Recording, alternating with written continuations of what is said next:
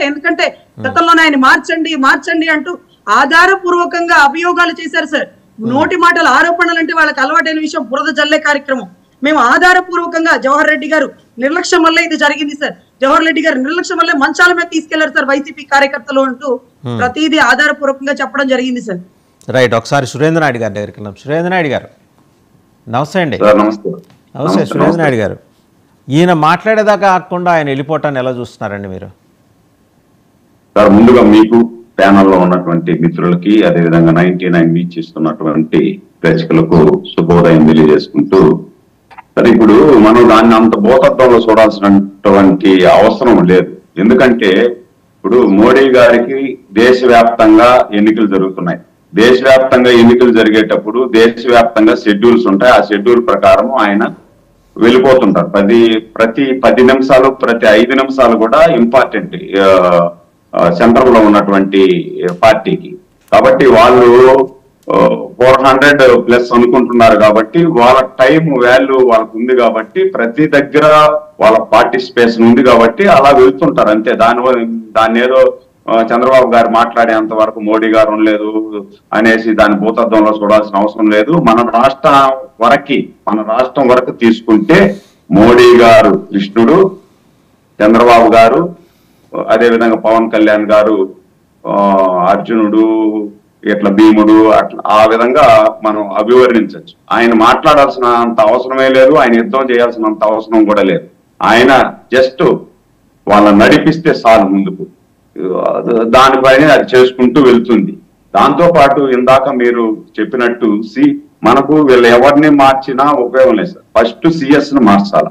CS వల్లనే ఈ రాష్ట్రంలో జరుగుతున్న, సిఎస్ డీజీపీ వీళ్ళిద్దరి వల్లనే ఈ రాష్ట్రంలో జరుగుతున్నటువంటి అన్యాయాలు, అక్రమాలు, ఎన్నికల్లో, లోకల్ బాడీ ఎన్నికల్లో కూడా వీళ్ళు ఇష్టానుసారం, తిరుపతి ఉప ఎన్నికల్లో, పార్లమెంట్ ఎన్నికల్లో అయితే యాత్రా స్పెషల్ పెట్టేసి తిరుపతి ఓటర్లు కూడా నమ్మకుండా, తిరుపతి ఓటర్లకు డబ్బులు ఇస్తే కూడా వేయరేమో అని నమ్మకుండా తమిళనాడు ఓటర్స్ ని, వేరే జిల్లాల నుండి ఓటర్స్ ని తీసుకొచ్చి తిరుపతిలో ఓట్లు వేసింది మనం చూసాం.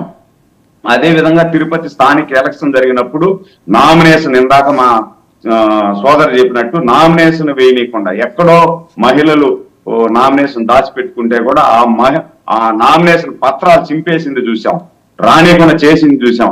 ఈ పోలీస్ సహకారంతోనే కదా ఆ రోజు చేశారు.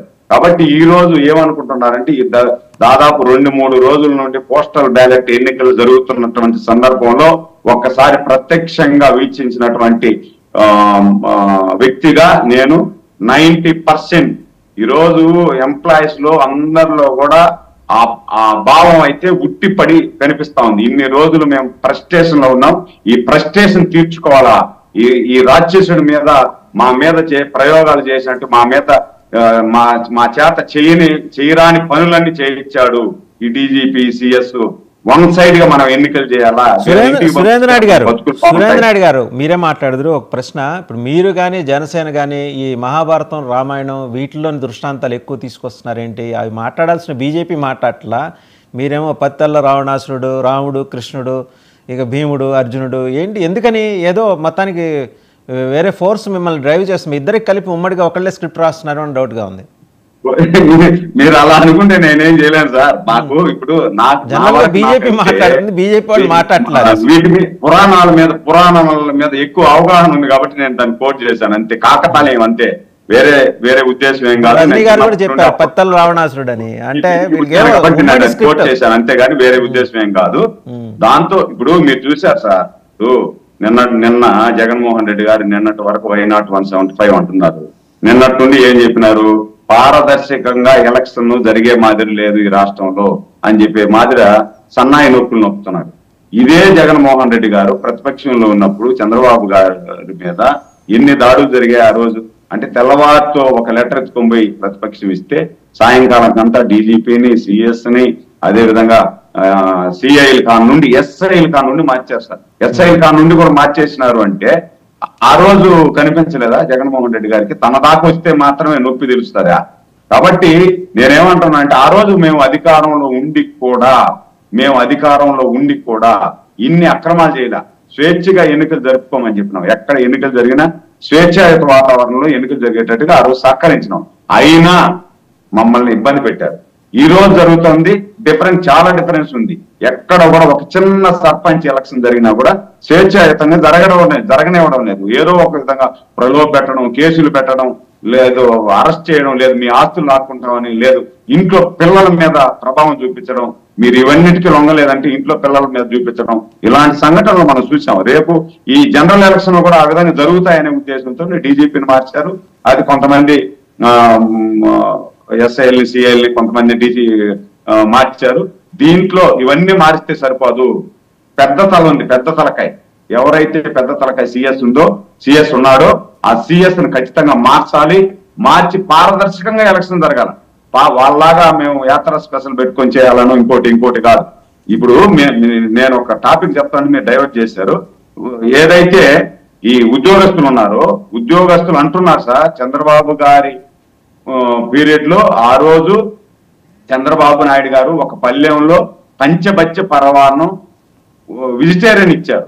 వెజిటేరియన్ బాగా తినండి అనేసి ఇస్తే దాన్ని కాళ్ళదనుకొని ఈరోజు జగన్మోహన్ రెడ్డి గారు ఏదో ఫిష్ కర్రీ ఇస్తా, బిర్యానీ ఇస్తా అనే పాటికి ఆయన ఏదో fish curry, biryani, non veg ఇస్తాడు, మనం ఈ వెజిటేరియన్ వద్దు అని కాళ్ళదనుకొని నాన్ వెజ్ కోసం వెళ్ళినాం. మేము నాన్ వెజ్ కాదు కదా, కానీ మజ్జిగ నీళ్లు కూడా ఇవ్వలేదాడా. కాబట్టి ఈ రోజు తెలిసింది మాకు ఎవరి విలువ ఏంది అనేది తెలిసింది. కాబట్టి మేము ఈ రాష్ట్రంలో మా భవిష్యత్తు, మా పిల్లల భవిష్యత్తు, రాబోయే తరాల భవిష్యత్తు ఉండేదాని కోసం, బాగు చేసే వారి కోసం మేము చేసిన తప్పును దిద్దుకుంటున్నాం అని చెప్పి వన్ సైడ్ గా ఓటేస్తున్నారు. ఈ రోజు అంత జరుగుతా ఉంది ఈ రాష్ట్రంలో.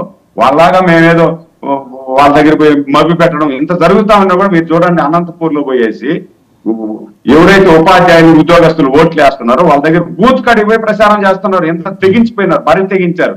టీజీపీని మార్చినా కూడా బూత్ కాడికి పోయి ప్రచారం చేసి డబ్బులు పంచుతున్నారు ఉద్యోగస్తులకు. అంటే ఎంత దిగజారిపోయారు. వీళ్ళని మార్చుకునగానే ఉంటే జనరల్ ఎలక్షన్ లో కూడా క్యాండిడేట్లను కూడా కిడ్నాప్ చేసేసి ఉంటారు. ఎవరైతే ఎమ్మెల్యే క్యాండిడేట్లు ఉన్నారో, ఎంపీ క్యాండిడేట్లు ఉన్నారో వాళ్ళని కూడా కిడ్నాప్ చేసేసి, వాళ్ళ కిడ్నాప్ కూడా లొంగలేదంటే వాళ్ళ ఇంట్లో వారి మీద దాడి చేస్తాం మీరు లొంగకపోతే అని చెప్పే స్థాయికి దిగజారిపోయి ఉంటారు. ఇప్పటికీ అదేదో మార్చారు కాబట్టి కొంత తగ్గింది. ఎప్పుడైతే సిఎస్ ను మారుస్తారో అప్పుడే పారదర్శకంగా ఎన్నికలు జరుగుతాయనేది మా ప్రగాఢ విశ్వాసం. రైట్, ఒకసారి రవికిరణ్ గారి దగ్గరికి వెళ్దాం. రవికిరణ్ గారు, 2 రోజులుగా మీ గురించి ప్రయత్నం చేస్తూనే ఉన్నాం. బీజేపీ నాయకులందరూ కూడా ప్రధానమంత్రి నరేంద్ర మోడీ సభల కారణంగా బిజీగా ఉన్నారు. మొత్తానికి ఒక జోష్